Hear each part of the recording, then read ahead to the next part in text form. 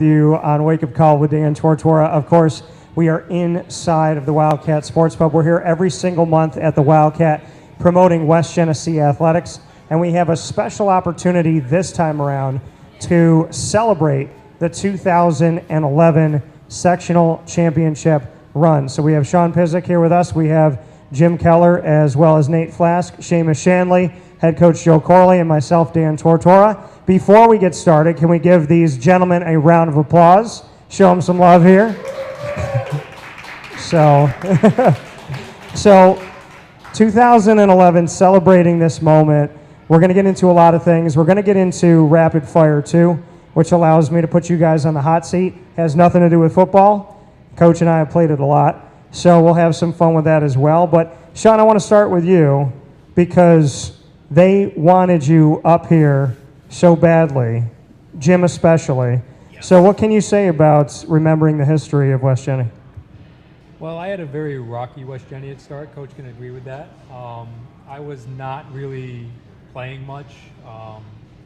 Smallest guy, still am the smallest guy here, I think. But I got the opportunity to play safety for us, and it was just a blast because I think Nate and I really enjoyed playing defense together. And yeah, it was just one of those things where it happened out of nowhere. I wasn't expecting it, and it was fun. I enjoyed it. What's your fondest memory from that run? Always the FM game. That was the game where my cast came off. So I broke my wrist the first preseason game. Yeah, they're all laughing about it because it was actually kind of funny. I was the holder. I got my feet taken out, and I landed on my wrist and broke my wrist originally. So my cast came And that's off. funny to your teammates. Oh yeah, absolutely. Look at him. I thought that was last week. No, it was the preseason. It was CBA. Yeah, and then the cast came off for FM, and I actually got 2 interceptions. One, you reamed me out for that second one. I wanted that second one. It was 4th down, and I intercepted a ball I shouldn't have. Why should you? It was 30 yards away, and I got an interception on the 2-yard line. Yeah. And we had to go from the 2-yard line out. Yeah. So, going 99 fades, right, Seamus? I didn't play offense. I didn't care. So you didn't care where you started the offense. You just cared about getting the interception. At that point, yes. Okay. Coach, bring me into that. Did you genuinely let Sean have it? I didn't ream him out. Okay. It was a teaching moment, situation like that. You just want to knock the ball down, regain possession. Look, he cost us 40 yards. Luckily, we had some athletes, and I'm pretty sure we went 98 yards the next 4 plays and scored. So You did. we're good. We're good. Good play, Sean. Thanks. Jim, I want to go to you next. How are you? How's life? Great. A beautiful girlfriend and bought a house and working and everything's great. Yeah, no complaints. Get to be the best man in this kid's wedding in a couple months and yeah, everything's great. You shouted out the girlfriend before you said anything tonight. That's because I don't want to get in trouble. Okay. How many years? 2? 2? 2 years, yeah. We've been together for 2, known each other longer, but yeah. You bought a house. Yeah. Congratulations. Appreciate that. Did you do it recently in this crazy market, or? No, I did it actually right before the market got crazy. Smart. November of 20? Yeah, 20 or 19, I don't know. One of those years. I'm seeing her nod and kind of giving you some lead, like you're close to the numbers, I think, which is good. Yeah, one of those years. The only reason I remember it was November is because I closed on the house on my birthday, which was kind of cool. Oh, very cool. Good Congratulations. birthday present.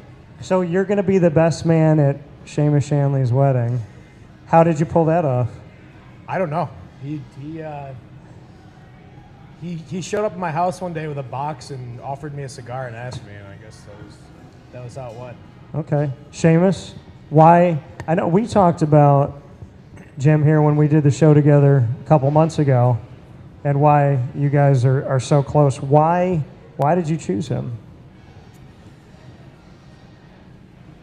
Because Jimmy's been, it's all about consistency when it comes to life, and Jimmy's been by my side through good and bad, and I think, like we've talked about in the past, and that the game of football is more than just the X's and O's, and the game of football brought me not only Jimmy, but all these guys here today. And it's something that whenever we run in together, I mean, regardless of being on stage and talking about it with you, I can see Nate, I can see Sean, I can see Jimmy, as well as anyone from that team, and see them out in public and be like, hey, first thing that comes to our mind is that championship team. Yeah. But I think like I said, Jimmy and I'll never forget the first day I met Jimmy. Jimmy, sitting in the middle of 7th grade, had his little hairdo. Justin Bieber, baby. Covering his eyes. And I'm like, oh, here we go. This new kid at West Jenny, and ever since then we were best friends. And as well as Jimmy, as well as Coach, were the two biggest influences on me in terms of playing football. Because I kind of, like I said, Jimmy introduced me to some of the other guys, and but again, Jimmy and I, there's not a day that goes by without Jimmy. I could be working, Jimmy could be working, and we'll just talk. We'll just call each other just to call each other and see how everything's going. Yeah, we're trying to push each other to be better. You know, I feel like we were all close in that year in high school and as a football team. And you know, some guys moved away. Some of us are doing different things. But one of the things that's kept us close is that we've just always stayed in each other's lives and been there for, you know, girlfriends and other people getting married and whatever it might be. And it's just, yeah, I feel like if we all stayed close, I'd probably have to have 50 people in my wedding at some point. But, you know, people move away and people grow up.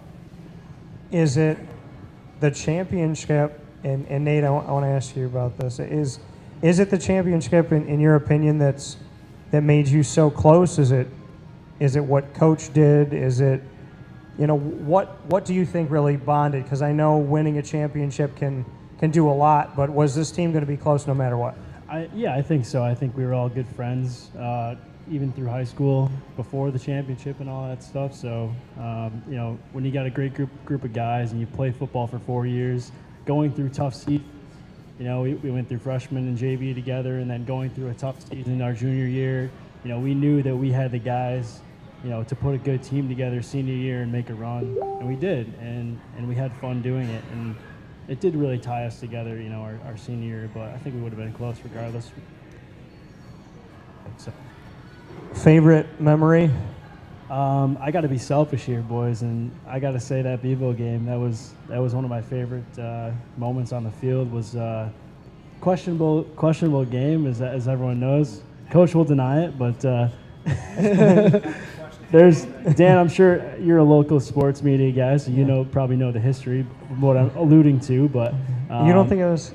So what's your story? What's your side of it? I'll let Coach talk, and then I'll tell you. Let's just call it what it is. We got a 5th down that game. 10 years later, it all should have been comes out. Beeville's ball. Carl Sanfilippo, if you're watching, we're good, man. I respect you. It should have been Beeville's ball, and you know we acknowledge that once we got back and watched the film, and you know we realized we caught a break there. But you know, 1st down, 2nd down, 3rd down, 5th down, 6th down, there was an opportunity for Nate to make a play, and he made a play. So, you know, we can argue about what down it was. We didn't know at the time. We thought it was 3rd and goal, 4th and goal. It was do or die. Our backs were against the wall, and Nate made a play. So, give yourself credit, bud. Vertical switch, Coach. Vertical switch. Shout out Dan Seam was Genesee. open. So Danny threw that ball too. Yeah. what are your thoughts? I was not looking at the down markers at the time. I was just focused on the game. But it's Bevo hired those guys, so it's on them. It's not on us. So I got to say that there was the pass technically it was a 5th down, but there was a pass interference on that play. The kid fouled me, and we got a shot at it, 1st and goal. Ran a play, was wide open. Dan threw it to me, touchdown. But we also need the 2-point conversion. That was just a tie, so we still need a 2-point conversion to win. And Garrett Waldron caught that for the win. So yeah. So shout out to Garrett too. So. Fair enough. So okay, I like that. I like that we can talk about the statute of limitations is over, so we can discuss whatever we want to discuss. I had to bring it up. Sorry. Yeah. Carl's a great coach, so shout out to Carl. So, Jim, I want to go back to you. How are you handling your best man duties? Pretty well. No, it's a new experience. I've never been. I've only been in a wedding once, and it was when I was a kid. So to go from being a kid that just shows up to the wedding and my parents got tuxes for me or a tux for me, to now planning a bachelor party and which is planned. We've got some fun stuff going on. So you've done that. You've planned that already. Oh yeah. When's the wedding again? August. Yeah. Yeah. So I remember it was August. It's almost April at the time we're talking now. Yeah. So you're ahead of schedule. Yes. When did you book what you needed to book? The place that we're all staying at was booked about a month ago, I think. Yeah. So actually, I was going to be done even before that, but I went to go book a place, and as I hit submit, I got the place, but I got a message from the person with a refund saying that it was already booked. So otherwise, I'd have been done. Have you divulged where you're going? Do people know, or does nobody know? Yes. Yeah. We're going up to Lake Placid. We're doing a boys' weekend with some activities that I can't reveal because this guy's not aware of them, but they'll be a good time. And they're appropriate, Alyssa, I promise. Is there anything that you've been advised not to do? I can't say that on camera. Okay.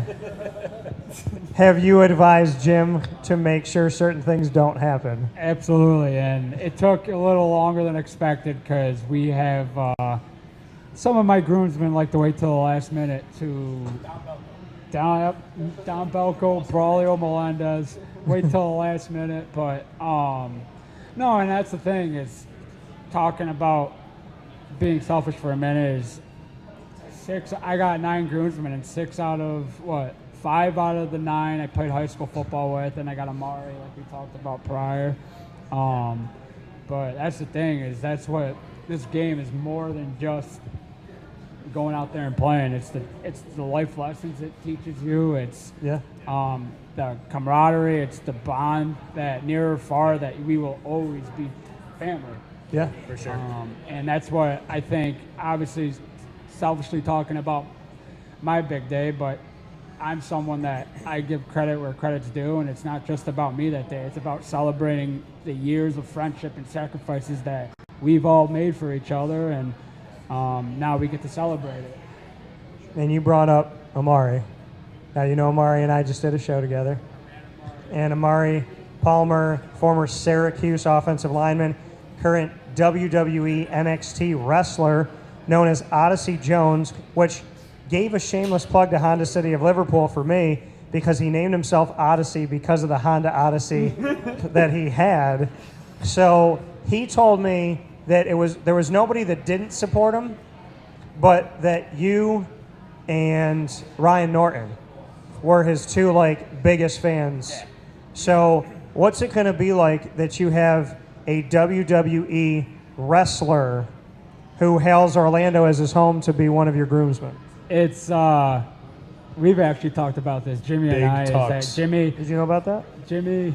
Okay. Jimmy obviously was fortunate enough to meet Amari because Amari was my roommate, and Jimmy used to come up and hang out with us a lot. So we see Amari for who he truly is, not the acting side of Amari. So every time I watch a rerun of WWE and I see Amari acting a certain way, I'll call him after the show and be like, no.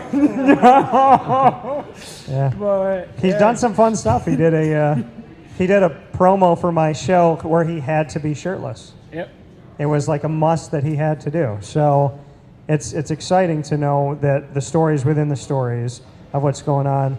So, Coach, you look at these gentlemen here and you look back on that 2011 Section 3 Class AA championship team. When you look at Sean and Jim and Nate and Seamus, I'd love for you to go down the line and tell me what specific words come to mind when you look at each of these guys. When I look at Sean, I would say overachiever. You know, the kid did things that probably I didn't believe he could do at the time, and I'm awfully proud of him for that. Jimmy, I would say, is probably one of the best teammates you'll ever know.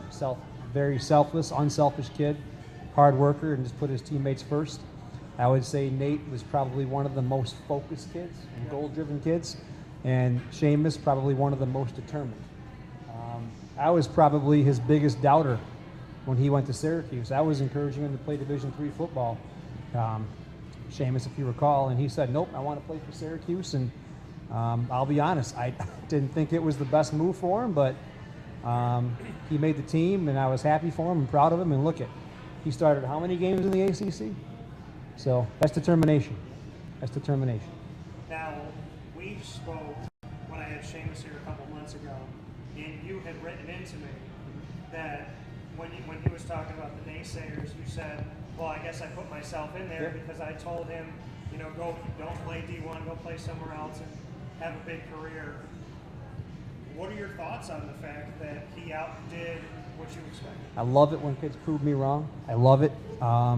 We always come into the season with a preliminary depth chart, and there's nothing better than a kid that you had penciled down as a 2 or a 3 becomes a starter, because it shows a lot. It shows determination. It shows goal-driven kids. It shows competition.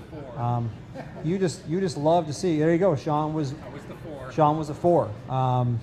It's just, you love to see kids so goal-driven and so determined, willing to compete, and to fight to be the best they can be. And when you have kids like that, which we had many of them, you have success. And I think the success speaks for itself. Seamus, you have an opportunity to say something to Coach. I know you and I talked about it, and the determination. He loved the fact of what you made out of yourself. When you look back on that conversation, knowing that he was looking out for your best interest and you still saw more, what do you think about that moment? No, and Coach, we've had numerous conversations behind closed doors, and we've both good and bad, and I think that's what makes our relationship so unique, because I took the good and I took the bad, and like I told you prior, Dan, is when someone doubts me, it's just adding fuel to the fire. But it was just, like I said, it was more about me, a kid from West Genesee, going up to SU and being able to live out my personal dream of playing Division I football, because as you know, not many kids from around here get the opportunity to do so. So it wasn't that I was going up there living the dream for myself. I was doing it for the Nate Flash, the Jimmy Kelly, the Sean Pizik, those kids that when the final buzzer had hit, the year that we didn't have the outcome we wanted against Binghamton, I was able to carry on their legacies with me.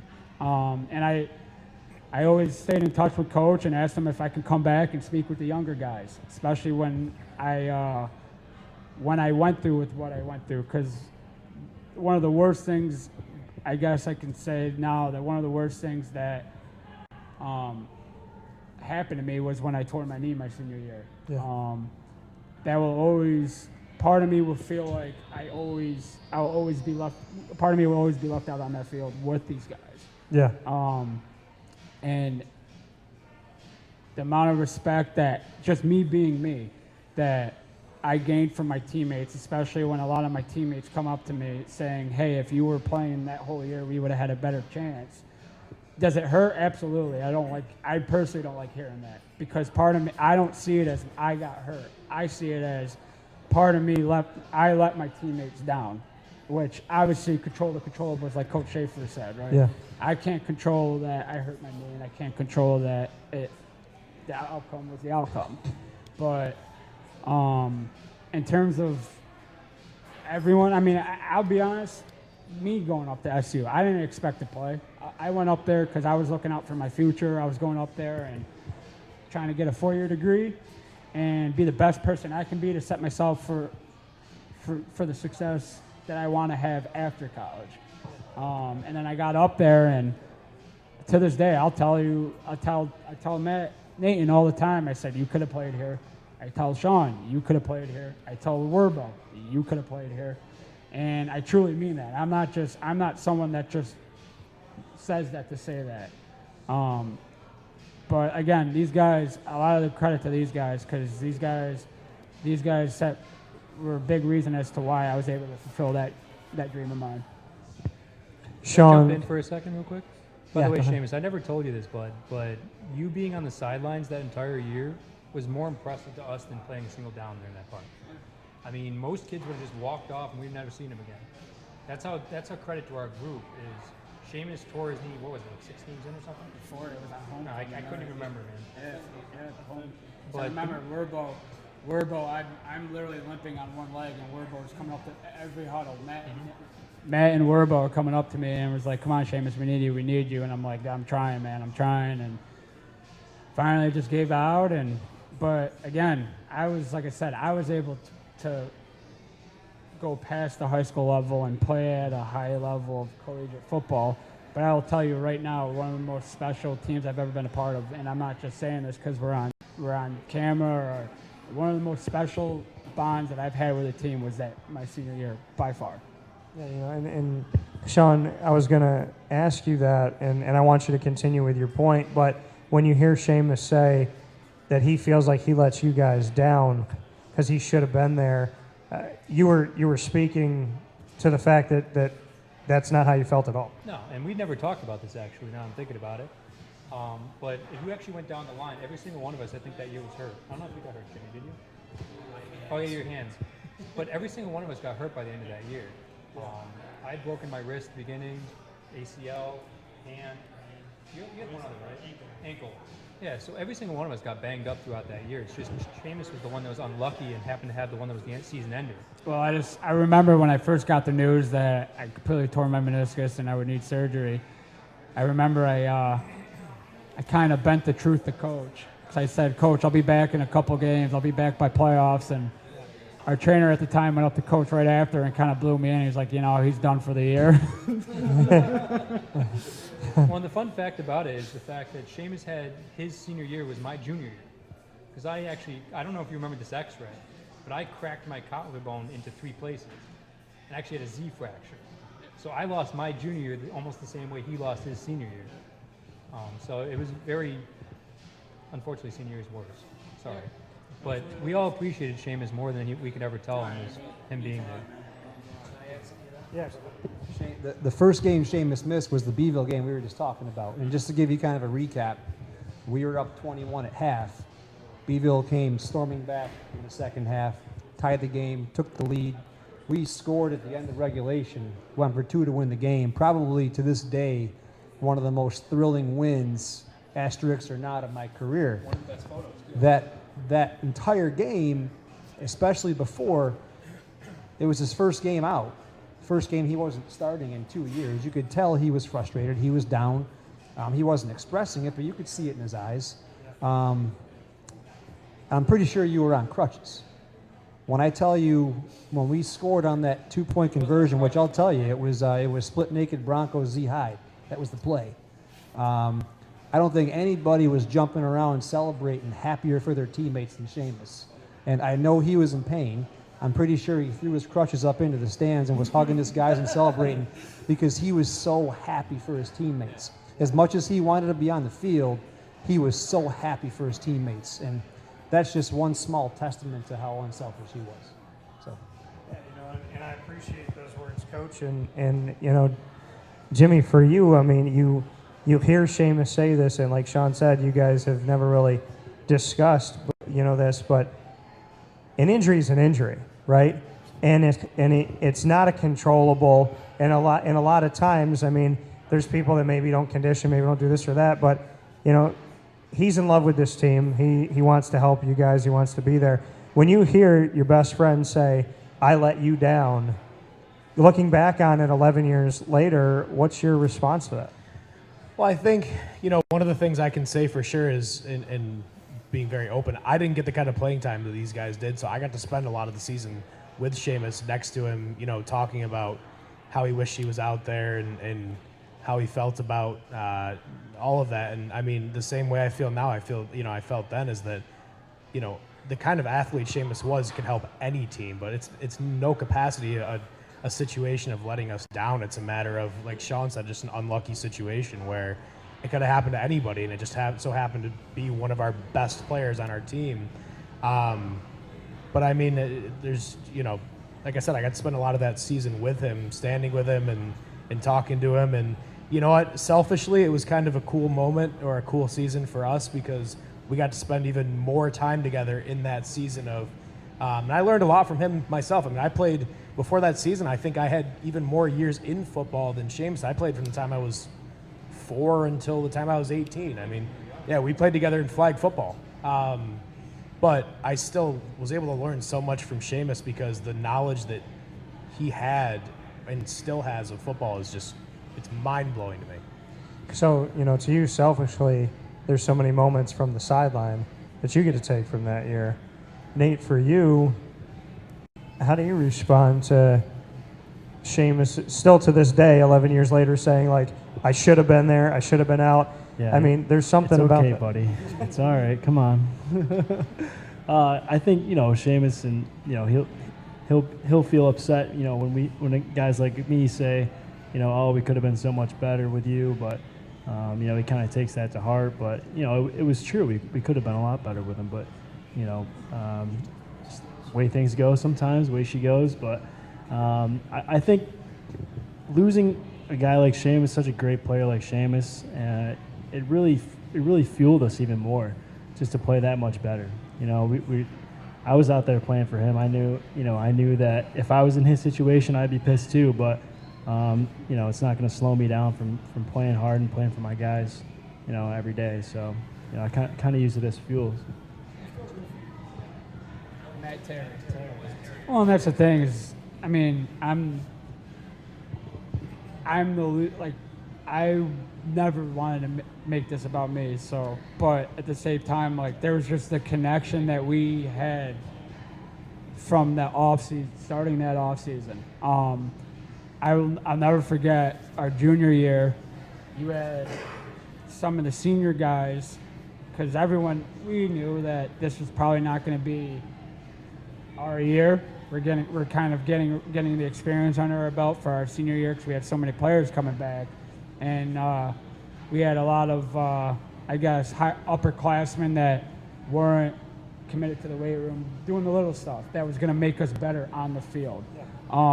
But I will never forget, as soon as we got crushed by CBA our junior year, we're walking up the ramp to the locker room, and Coach just looks at me and goes, "We'll be back."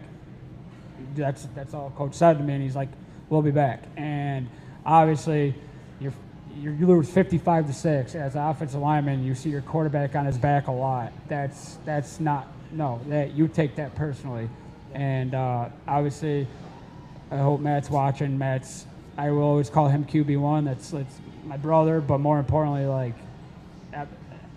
that's my quarterback. Same thing playing next to Werb. I mean, you had Dave Martin, Joe Pedrati, Matt Nichols. It was easy for everyone at that level to look at someone like Werb or I, who we were bigger guys and we were strong, and it was very evident. But then you had someone like Joe Pedrati, who I'll be the first to tell you, technique-wise, was better than technique-wise, he was better than me, because I could say personally, I relied on my size and strength at that level, even when I screwed up. But it was so awesome to see different pieces of the team, whether you were a first stringer or third string or scout team. Everyone, we had that mindset that we were only going to go as far as the weakest link. We can't allow someone to be the low man on the totem pole. It's just not acceptable. Jim and I were just quick sidebar. We were just remembering, I think it was 16 seniors we had offense and defense starting our season. I think it was 16, which is crazy. I mean, that's a lot of seniors returning. So. Which, by the way, that doesn't count the other 16 or more seniors that were on the scout team. Yeah. Jimmy and I and Nate took very much pleasure when we weren't on offense and we were on the offensive scout team, trying to make the defense look bad. Scout team quarterback. Trying to make the defense look bad or trying to make the offense look bad on scout defense. It didn't matter what we were doing. All the seniors were doing something. So it didn't matter if you were the first, second, third. You were still out there busting your butt every day. Coach, I would just like to put it on the record. You missed out on a 10-year experienced scout team quarterback here, just so you know. I wasn't lying when I said I had experience playing quarterback. He actually was 10 years. So I've asked Coach to say a word about each of you. Jimmy, I want to start with you here. Tell me, when you think of Coach Corley, not just 2011, but in general, what words come to mind? Yeah, I think Coach is somebody who just pushed us to be better every day.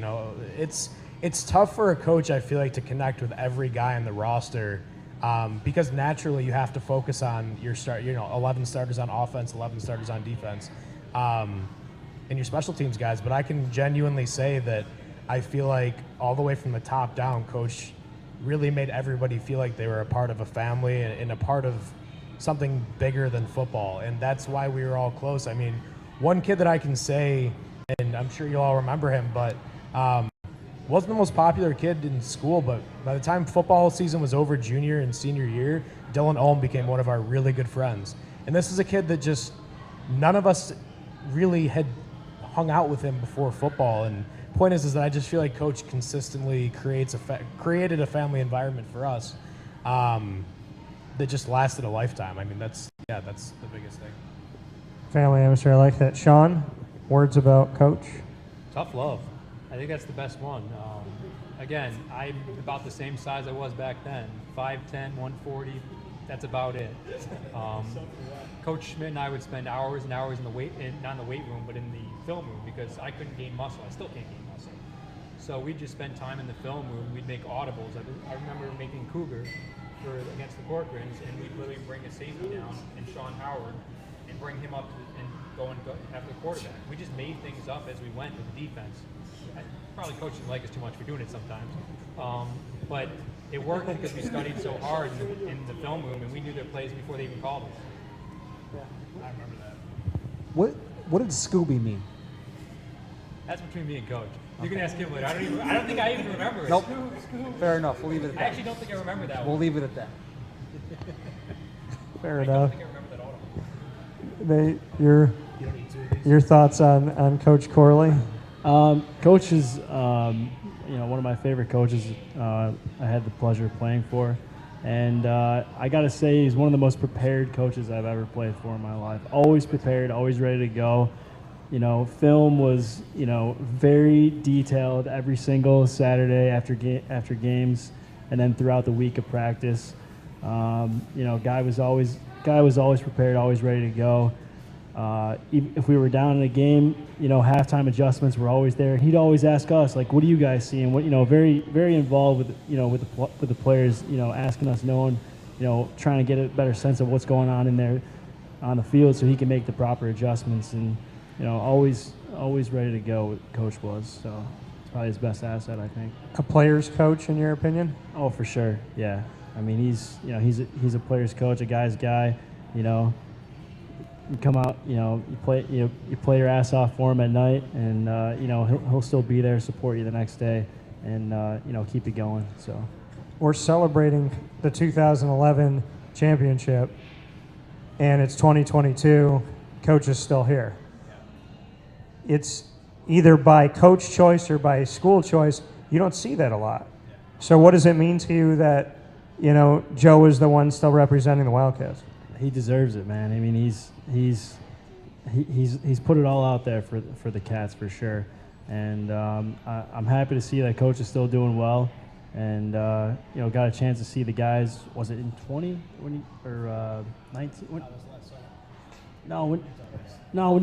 you guys made the run. It was 18, yeah. So, so it's good to be checking up on, seeing the Cats back in the paper and stuff like that, and seeing that they're doing well and Coach is still there and doing well, and that's just a testament to him how great of a coach he is. The school's very lucky to have a coach like that for sure.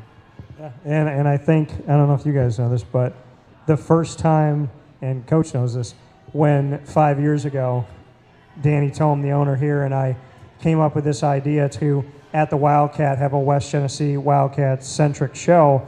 I said it's a no-brainer that they're right over the hill, so I said, I'll come here every month, do a show dedicated to them through Wake Up Call, what I do in the morning anyways, and Danny and I were talking about it, and I was like, I don't see how this thing isn't successful. It's community-based with a local business and a local school, and the first thing that we did was he said, well, why don't you contact Corley And Danny goes, I don't know what he's going to say. I don't know if he's going to go for it.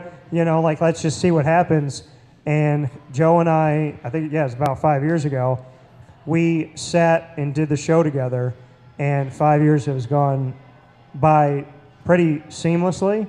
And anytime I've asked him for anything, he's been here. But it's amazing to me that as we were coming back from COVID and not playing and all of that, he was my comeback show, the initial show, the celebration show, and I just feel like starting with Coach was so fitting because of, you know, even hearing about how you guys feel about Coach after all these years. So I know we're pumping up the ego, but you deserve it. So, you know. Always the same guy. And we love you, Coach. We do. But I love that. I love the challenge of that. I love when they were like, hey, I want you to call Corley. I don't know what he's going to say. Throw it by him. And I remember getting in touch with Danny going, I literally called him up. We talked for like 10 minutes. It was the easiest conversation. I was like, hey, Joe, this is what I'm doing. We're trying this new thing. We want to have West Jenny out. And he's like, who do you need? How many players? And I'm like, probably one of the easiest people I've ever talked to. So, and even through everything, whatever the protocol was and masks and whatever we had to do, he was itching. I was like, do you want? He's like, yeah, what do you need? What day? When? Like, we're free. Let's do it. So, you know, I commend you for the fact that you've been so awesome to me, you know, and really just, I don't know, you've made my life easy supporting the community the way we want it to. Dan, that goes both ways. I mean, you all know how the media works, especially with sports. Every time things go sideways, the media is right there to scrutinize it. And you may recall, but when we first spoke, we were coming off of back-to-back 0-8 seasons, and you can imagine the scrutiny. And to be honest with you, I was a little bit nervous about what was going to be said about the previous 2 years, but you kept it positive from the minute we walked in to the minute we left. And you had our guys believing they were winners before they even played a game. So what you do to promote high school athletes in this area, especially at West Genesee, and as positive as you keep it, I really appreciate that. So Dan, it works both ways. I'm always happy to help you, but know that you've done a lot for us too. I will work to deserve those words, but you know, I appreciate it. I said the way that I feel when I'm here is I feel like I went to West Jenny.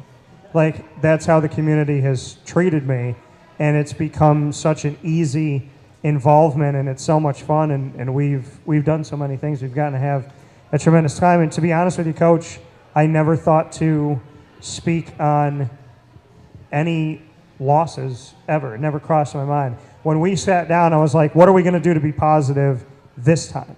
And, you know, since then, to see what the team has done and to, you know, be in the playoffs and to do what you've put together, and the kids that I've gotten to speak with, and the great thing about it is when you see these kids go to a school and continue their career, I mean, it doesn't matter where they play. And I love when I text them and they're immediately like, yeah, you know, Dan, love to get on the show. Like, what can we do? And they're just a good group of kids. So, you know, Seamus, we talked about Coach when you and I sat over here a couple months ago, but when you think of Coach, first word that comes to mind, first few words.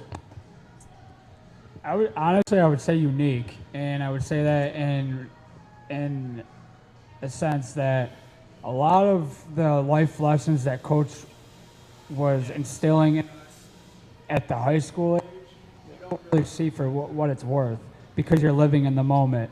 And I can only speak on behalf of myself, but 10 plus years after, I look back at some of the that we're talking about going down memory lane, I could be like, I understand why, especially me personally, I understand why he was very particular with how we went about our business as an offensive line, how I went about my business personally.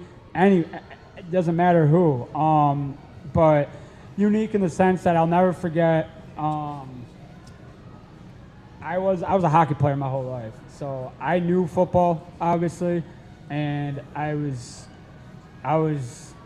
granted with size at that age, at a very young age. So I'll never forget Coach Corley being my gym teacher at the time would come up to me every day and be like, hey, do you want to play football? You want to play football? And I went home and thought about it, and to be honest, it changed my life. I was able to, like I said, I was able to go to a prestigious school, not only for football, but get a 4-year degree from Syracuse University because of football. I was able to make lifelong friends that to this day will be my friends for the rest of my life because of football. It's just a bond that I can never thank Coach enough for introducing me to. And again, in terms of the conversations that we had behind closed doors of possibly going to either community college or Division III school, I never took it to heart because I was like, you know what, like I have to explore all my options. But I also, and it wasn't just Coach particularly, but anyone, because once people heard that the opportunity that I had, people were like, oh, good for Seamus. He's going to go up there, get a degree, blah, blah, blah. And it was just adding fuel to the fire. Yeah. To the point where I almost left after my junior year at SU to go play with Werb. That's how close of a tight-knit team we were, because I wanted to play next to Werbo again. Yeah. But, no, like I said, you lead by example. We weren't close as a group by accident. It starts from the top on bottom, and Coach obviously has the honor of being the head coach and leading us into battle. So I don't think if it wasn't for him leading by example, I really don't think that we would have carried ourselves as young high school athletes the way we did. So, and I appreciate that. Before we jump into rapid fire here on Wake Up Call with Dan Tortora at the Wildcat Sports Pub, celebrating the 2011 Class AA Section 3 champs for West Genesee Wildcat football. Before we go there, I'm going to start with you, Seamus, and go down the line here. Two-part question.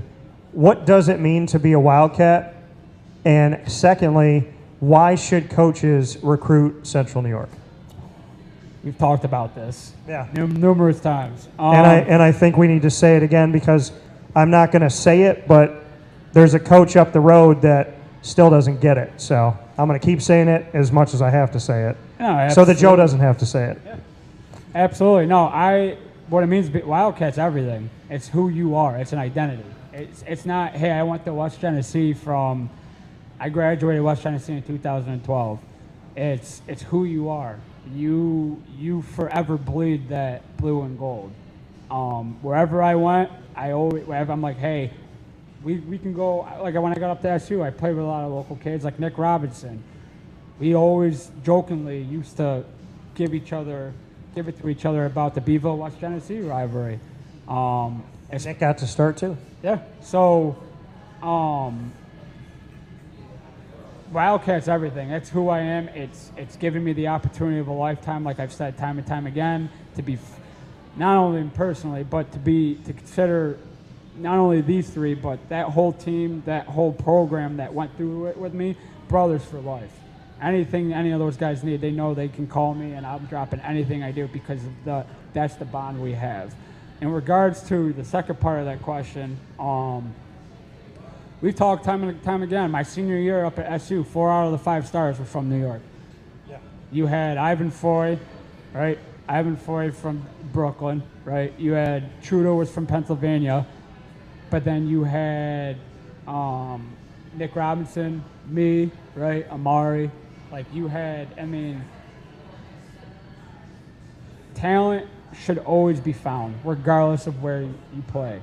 If you are talented enough, it shouldn't be held against. It's unfair to hold it against that young athlete that they play in upstate New York. If you're good enough to play at that level, you're good enough to play at that level. Well, and I find it interesting that Alabama, who you love, Nick Saban came up and found Derek Gore, and he's only been on the Chiefs trying to win Super Bowls. And, I look at other guys, I look at the Latavius Murrays, I look at the Stevie Scotts, the Travassier Dennises. There's plenty of players that have come through that rep the area so well, and they don't Tyler Rouse, and they don't get the looks that they deserve. So, Nate, same on your side here. What does it mean to be a Wildcat? And not just at West Genny, but why should a coach recruit this area? I know Colorado's been here, or Colorado State's been here. I know the Big Ten's been here. I know that, the Indianas and the Rutgers of that. I know UConn's been here. BC's been here. Pitt's been here. Well, first off, very proud to be a Wildcat and forever call myself a Wildcat. I think it's one of the greatest honors that us guys can share and we can have for the rest of our lives. I think that being a Wildcat is all about working hard, doing your job, brick by brick, just getting things done, man. That's what we did. And second part of that question, as far as recruiting goes, I think like Seamus said, there's plenty of talent up in upstate New York, and why? It's a good question. Why aren't more coaches looking up here? Is it because we're in upstate New York? Because we're in Central New York? Do we not hold a rapport that's good enough for for SEC schools or Big Ten schools or or whoever it may be? But I think guys that if they put up the numbers and they they should be looked at. I mean, if they're talented enough, if they come highly touted from their coaches, even local coaches, they should be getting looks. So I would say yeah. I don't know. Yeah, and a lot of these guys, especially like I said, the recent guys, the Stevie Scotts and Cervasiers. Stevie only set a true freshman record at Indiana for running the ball, and Cervasier just won an ACC championship. So, and one of them barely recruited, the other one not recruited at all locally. Jim? Yeah, I think that, being a Wildcat is all about community. I'm fortunate enough to be able to have my career now be in this community covering all over Camillus and Fairmount. And, I've got my little brother who's going through the system right now. He's in 8th grade, about to be in high school, and hopefully you'll be interviewing him at some point. I feel like just West Genny's a community, and it's one of those things that you don't hear about, but I felt like every Friday night when we had a game, it felt like the entire community had our back. I mean, we went to the Dome and filled the entire bottom part of one side of the Dome. I mean, that's a lot of people to show up for a high school football game. Well, and I would also say that that's probably one of the last times the Dome's had a filled atmosphere.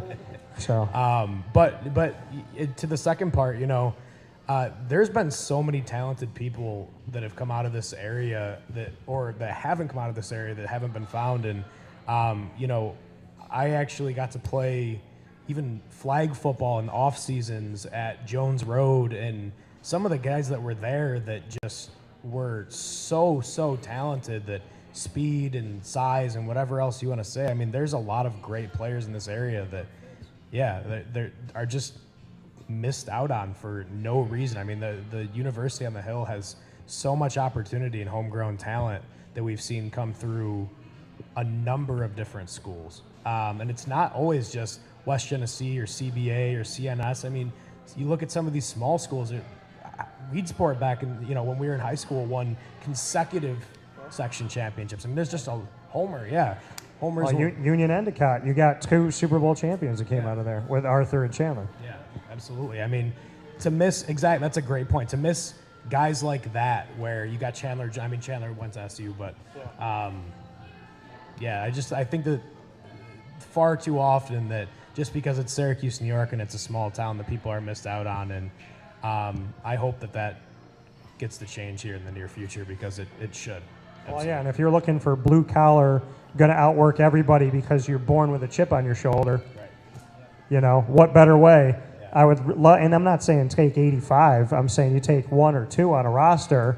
Absolutely. And how many of them translate, and even a punter coming through here going to the NFL. I mean, Look at Cooper Kupp. He's obviously not from this area, but that dude went nowhere to start his career, and now he's he just set all these records in the NFL. I mean, there's Josh Allen. Exactly. He literally had 0. Jerry Rice was a D3 wide receiver. Yeah. I mean, in the NFL, I will say they know how to comb for talent. They will take you from anywhere. If you're good, you're good. They don't care who you play. I mean, we look at number 1 picks or top 2 picks coming from the Dakotas. I mean, it's a normal. Josh Allen, Wyoming. Thank God the Bills have Josh Allen. So, Sean, your thoughts? So, being a Wildcat, we got to. Luckily, a lot of us played when we were younger. I mean, us 3 played together when we were younger, so a lot of us grew up together. Seamus, we didn't have the opportunity. I didn't play till 7. No, but baseball, any sport. I mean, we played all through those times. So being a Wildcat was fun because we got to play with all the kids from West Hill, Marcellus. There's a lot of talent in this area that we got to play with. So we all grew up together, basically. Yeah. But, I mean, as far as talent goes, there's a lot around here. I mean, I played collegiate baseball myself. One of the guys I played with at Lemoyne is now pitching in the pros. I mean, football, baseball, any sport, you Yeah. can find talent here. I mean, Lemoyne, Josiah Gray, and Ryan Murphy. Josiah Gray was my closer. Yeah, and you look at what he's. I mean, even at He's a Lemoyne, great man. their head coach Scott Cassidy, he was pitching to Barry Bonds, and he was taught by Roy Halladay how to survive in the And he majors. pitched against Coach Krause from West Jenny. Yeah, I mean it's insane So to look at the talent that's come out of here, not I mean, just in and football. That's just baseball. I mean, football, you could have just as much success if you look here. I mean, there's players that are, you can upheave anyone from any of these programs and find the gems. I mean, it's one of those things where you can find someone anywhere. Yeah, I mean, look at Seamus. D1 athlete. No one can take that away from you. He's a D1 athlete. All you need is opportunity. I mean, regardless if you're fortunate enough to get a scholarship or if you're a walk-on like myself, all you need is an opportunity. And once you get that opportunity, when you give someone an opportunity, you put the onus on them to either take advantage of it or not. And unfortunately, if they don't take advantage on it, they can only blame themselves. But there's not enough opportunity given to the young athletes around here, especially to go fulfill their dream. Because, like I said, even when we were in high school, it was the fact that you play in upstate New York high school football. Oh, you're not gonna be able to go play big time college football, and it's not fair. It's not fair at all. Coach, do you want to comment? I'll take a different approach. I mean, there certainly is hidden talent in Section 3, and as a coach, I get it where it's more difficult to find guys because Section 3 is very, very spread out. When you look at some of the Class Ds and the Cs and the smaller schools up in the North Country that have very small enrollments, it can be difficult to find kids, especially when you have such small schools competing against each other. It's difficult. I get it, but now take that 3-star prospect out of this area. And take nothing away from that kid from Texas of equal ability. But that kid from Texas is playing in a multi-million-dollar stadium in front of 40,000, 50,000 fans. He has a multi-million-dollar athletic budget. He has access to resources that our guys can only dream about up here in terms of strength and conditioning and the science behind it, nutrition, right? Top-notch medical care for injuries and things like that we don't have up here. Now, take that kid out of central New York and try to imagine what he can achieve if he has those resources. And not to disrespect that kid from Texas, but take him out of that environment and let's see if he's that good if he's playing up in Canton or St. Lawrence County, right? You have to look at it almost from an equality perspective and look at these kids look at what they achieve with so little. It takes tremendous, tremendous hard work that they don't get enough credit for in this area. And at the same time, as a coach, that's what makes it so rewarding for me when you do see a Seamus Shanley or the Adam Babinski who goes to Albany and starts 4 years. When you do have that kid, it's very rare, and it makes it that much more special, and it makes you that much more proud as a coach. Not to mention the fact that they take more pride in our area. I mean, kid coming from Texas has no idea what the Dome is. Yeah. Whereas Seamus can tell you probably everywhere around West Jenny. Well, and I think it's funny, too, when I talk to kids on the recruiting trail that are getting offers from Syracuse, when they talk to me, they're like, oh, I can't wait to come up there, and they're describing it as if they think we're close to New York City. I can't wait to see the city, and I'm going to go to this, and I'm like, we're 4.5 hours away, dude. Like, you're not going there. It doesn't look like that. So I think that, there's such a misconception of it, too, that when they come up here, they think it's all New York City, which is not the state of New York. So with that being said, we're going to jump to rapid fire here on Wake Up Call with Dan Tortora with the West Genesee football Wildcats 2011 Section 3 Class AA champions. Sean, I'm going to start with you. We're going to do 1-1. So I'm going to ask you a question about anything, nothing to do with football, and then you get to throw one back at me. So my question for you is, if you could take any one of these guys sitting on the couch here on a trip, who would you want to be in a car with for 24 hours straight, and where would you go? Well, I think it'd be Nate, just because we know each other really well. Okay. And if I got annoyed at him, I could just hit him. Okay.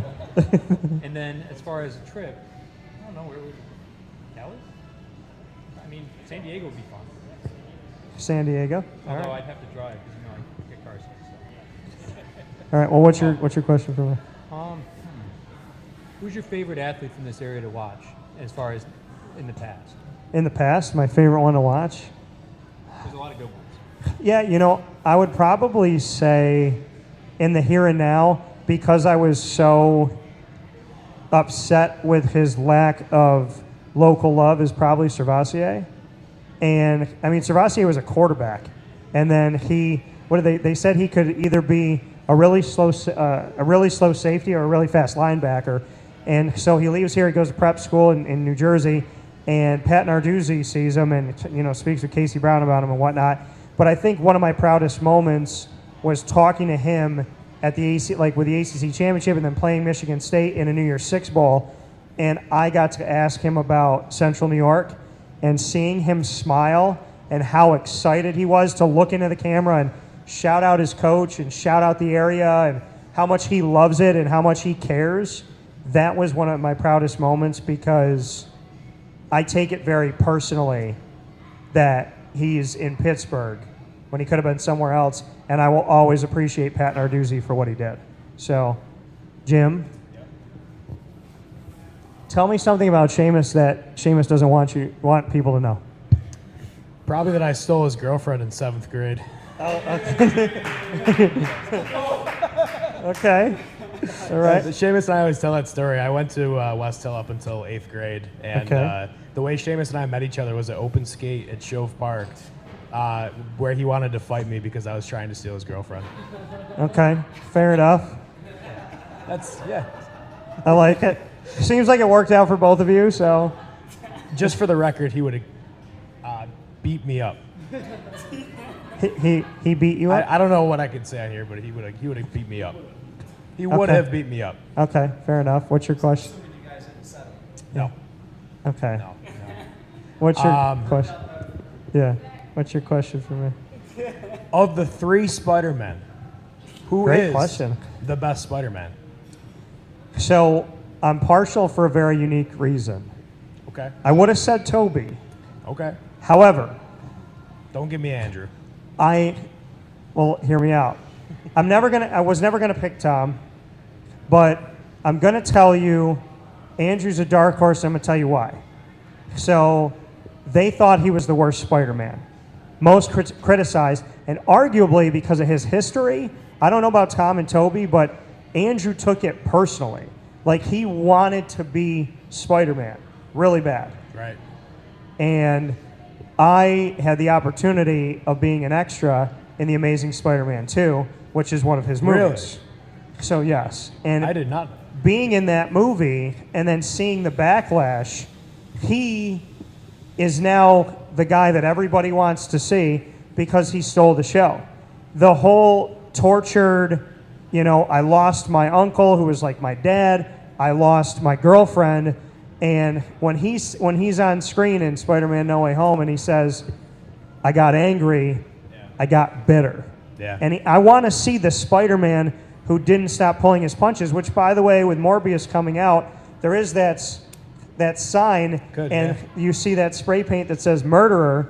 Yeah. So I think that's the Andrew Garfield. I want to see the Spider-Man that does not take responsibility. I want to see the one that becomes an anti-hero. I have always said the rated R superhero movies that are out are by far some of the best. It's Deadpool, Wolverine, or Logan, rather. I think he resurrected everything, and he shut every fan up because everybody hated this guy, and now everyone's begging for him to get a movie, and I want it just like everybody else goes back and checks everyone's tweets. I want to check all those people, the millions of people that were tweeting, this guy should kill himself, I hate him, she's horrible, and now everybody's begging for him to have another one. And I want to go on record by saying, Andrew, thank you for inadvertently letting me be a part of your movie. So you might have just turned me into an Andrew guy. And I also like the fact that because of him being in the movie, I'm technically part of the Marvel Cinematic Universe. So I want my royalty money. So Nate, who do you consider the greatest football player of all time, living or dead? I know I said I wouldn't go sports, but it's not West Jenny, it's broader picture.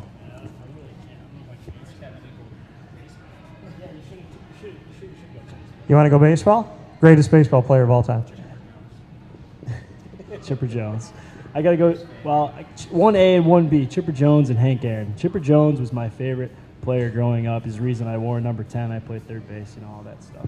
Okay. And Hank Aaron, the original home run king. If you didn't know, I'm a big Atlanta Braves fan, but yeah, Chipper Jones was my idol growing up. Why was that? I just love the way he played. And I was a big Braves fan growing up. My dad was a Braves fan. His dad was a Braves fan. Yeah. I guess it was more of like always there on TBS, when I was a kid. So I feel like you got a lot of fans up in upstate just because they're always on TV, nationally televised. I had to watch him all the time because my Yeah. dad's a Yankee fan, so Yeah. I had to watch the World Series all the time. So. Yeah. So 95. So So I mean, it was it was just one of those things I grew up into, and I just fell in love with the Braves. And then a guy like Chipper, I just love his hard work, his dedication to his craft, and he spent all 19 seasons in Atlanta. I respected him for that, and he was just one of my favorite players to watch. Let's see. Question. I think I got a decent one. Okay. This will be a quarterback question. Syracuse quarterback question. Okay. Who would you rather have right now in their prime, starting for the team? Donovan McNabb or Eric Dungey? In their prime? So Could start tomorrow. I mean, Eric knows I appreciate him and his family. I did a thing called Project Dungey where I got to surprise him and got his dad before he passed away and his mom and his brother and sister involved. So, Seamus, I love Eric Dungey. I really do. I do too. I love him. And I told him, I said, you have no idea how many fights that I was fighting behind the scenes that he helped me fight because of how he stood up for himself. So I will never take anything away from him, but I'm a Donovan McNabb guy. I mean, the numbers don't lie, though. No. It's close. It's very close. Like, you can make the argument that he could be better, but I will always have a problem with the Philadelphia Eagles fans that booed him on draft day. I will always have beef with that. And I'll always have a problem with the fact that, like, when Eagles fans tell me he was garbage and he never won us one, and then I always ask him who the quarterbacks were before Donovan McNabb, and Eagles fans can't even answer that. So, I think D. McNabb never got what he deserved, and I'm not an Eagles fan, but I got a 5 jersey, so, I put it to you like that. I'm a big fan of his. Makes you feel better. I used to fight that battle all the time. I went to school in Philly. Okay. I feel bad for you. So, all right, Seamus, we've gotten to know each other over time, right? So, you're getting married in August. I want to know the 3 greatest qualities in your fiance. And I also want to know how much money of yours she spent in New York City over the weekend. It ain't my money. But you did post that Mama said that, Girls are the devil. Yeah. So what are the 3 best qualities of the soon-to-be Mrs. Shanley? To be honest, there's obviously a lot, but I think I like how much time he's taking right now. I gotta keep it G-rated. Yeah. Nah, I would just say the love that she gives off to me, and I think it's not the good times that mean the most. It's the bad times, obviously, with both of the fields that we chose to go into in regards to our professional career, and just having a true understanding, and no matter what, we're always going to be there for each other. Yeah. I know. Two more. I'm starting my timer on my phone. Listen, come on. Got really put the pressure on. Yeah. No, I would say her ability would allow me to be me, because I understand with me, it's like you're like babysitting a grown man all the time. Because Okay. there's certain characteristics of myself that I'll be the first to tell you that are hard to deal with on a daily basis. As Jimmy knows, like I sympathize with Alyssa. I'm a fitness guru. Yeah. And Alyssa knows that if I don't go work out for a couple hours a day, I'm not going to be someone you're going to want to be around. So I would definitely say that. Okay. Her willingness to allow me to be myself. And come on, now you guys are putting pressure on me. Including your first answer, or at almost 2 minutes that it's taken you to figure this out? Are you guys writing your own vows? What'd you say? Okay. I hope that on your wedding day, I hope that you take a really long time to get out what you want to say about him. And with the bride, everyone's patient. With the groom, not so much. So I'll be honest with you. There's in all seriousness, there's a knock your. You know what? Why don't we learn about your girl? I like that she cooked food. No, honestly, I would say one of my favorites is the way that she cares for people. okay.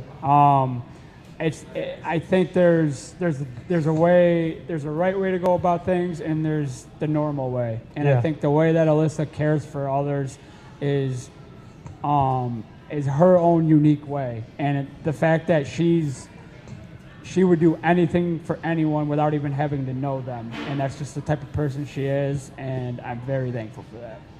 3 great qualities, which took 3 minutes and 30 seconds. So, what's your question for me? I feel. Here comes I thought another it was 3 going to be minutes. easy, so I feel bad I put you on the hot seat Nah, like you're that. fine. It is called rapid fire, yeah. What? So obviously you cover a lot of local high school sports. Yes. What is your favorite sport overall to cover, and why?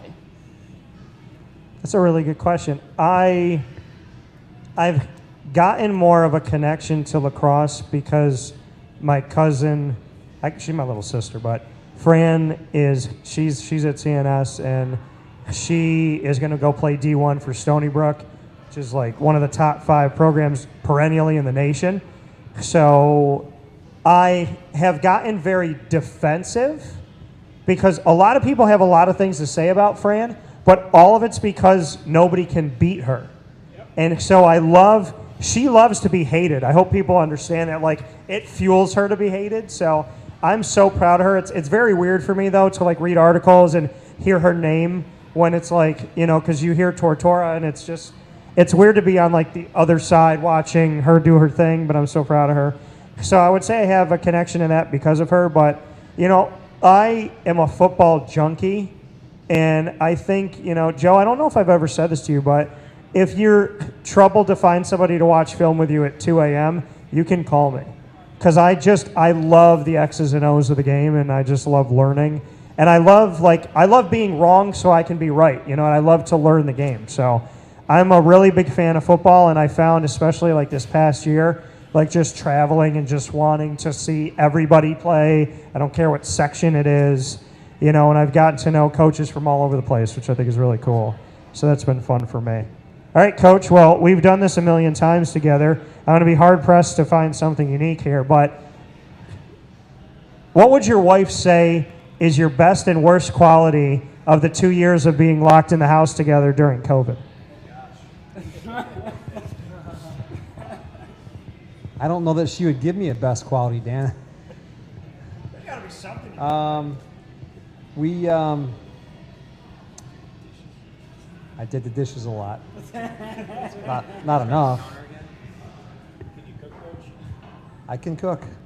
That actually might be one, to be honest with you. I took up cooking. I was cooking every day. I was cooking stuff on the grill. I was cooking stuff in the kitchen. We really kind of got away from going out to eat, and I would say life became a lot more simple for us. We took pleasure in simple things like hanging out in the kitchen and making dinner every night. Getting up with the kids every morning and having breakfast, something that we've never done, really, because her and I both teach, and our kids are on different schedules than us for a good period of time. So I would say that's probably one big one, just kind of hitting the reset button and focusing on home and focusing on family, for really the first time since we've been married, right? Let's face it, I'm always coaching, she's always coaching, our kids are always on the run, so just being able to do that. Worst quality, I think she thinks I'm a slob. I'm not very good about putting away my laundry. I'll do it, but then I'll live out of a basket and it'll be wrinkled because I don't fold it, and I'll admit that. So probably not finishing what I start. Okay. It's an offensive line trait. Okay. Absolutely an offensive line trait. And where would you guys be without us, right? Yeah, exactly. So. What's your question? All right, so I'm not sure if you watched the Oscars, but I'm sure you saw the YouTube video. So was the Will Smith and Chris Rock incident, was it staged? Based on Chris's response, no. Also, as a broadcaster, you can't drop F-bombs because I believe on broadcast television, I believe they may have to pay a fine for that. So I think if Will, the way that he said it and he dropped the F-bomb twice, first and foremost, if I'm CBS, I'm sending him the bill. And I think there's two sides to this. Chris Rock is edgy. And I didn't like him for the longest time, and I like him more now because I think he's kind of picked on everybody. But picking on someone's disease or medical problem, I find that's too dirty for me. I love making people laugh. People that know me well know that there's a lot of comedic pieces to what I do, and there's things in the works. I would never touch alopecia. I would never touch cancer. There's certain things you don't go there.